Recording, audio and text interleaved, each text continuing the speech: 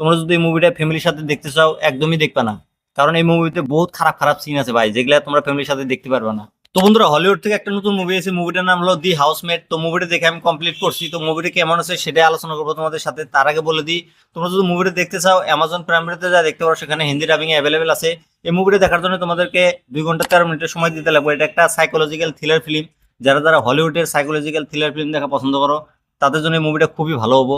তো এই মুভির কাহিনীটার কথা যদি বলি, মুভির কাহিনীতে দেখানো হচ্ছে মিলি নামের একটা মেয়ে। সে 15 বছর পর জেল থেকে বাড়াছে। তো তার একটা থাকার জায়গা দরকার আর একটা কাজের দরকার। তো মিলি একদিন একটা বাড়িতে যায় কাজ খুঁজতে। সেখানে তার কাজটা হয়ে যায়।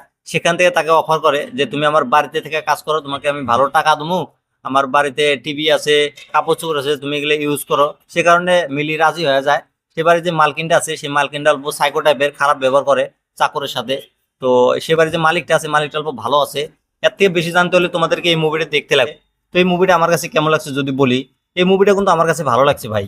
কারণ এই মুভিতে যেভাবে কাহিনী দেখানো হয়েছে ভাই, একটা বাড়ির ভিতরে 4 জনের ভিতরে যে কাহিনীটা দেখানো হয়েছে অসাধারণ ভাই।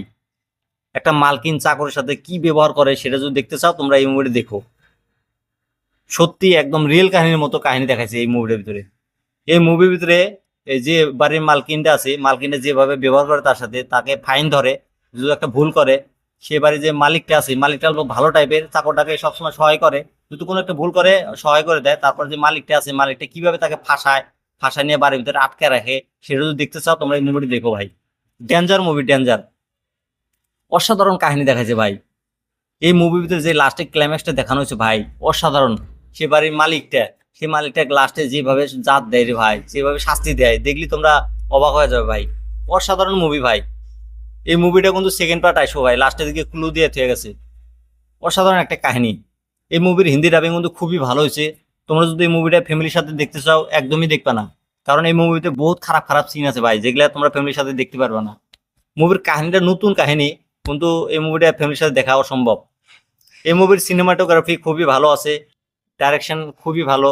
এই মুভিতে যেগুলো অ্যাক্টর ছিল, কাস্ট ছিল, তারা অসাধারণ অ্যাক্টিং করে দেখাইছে।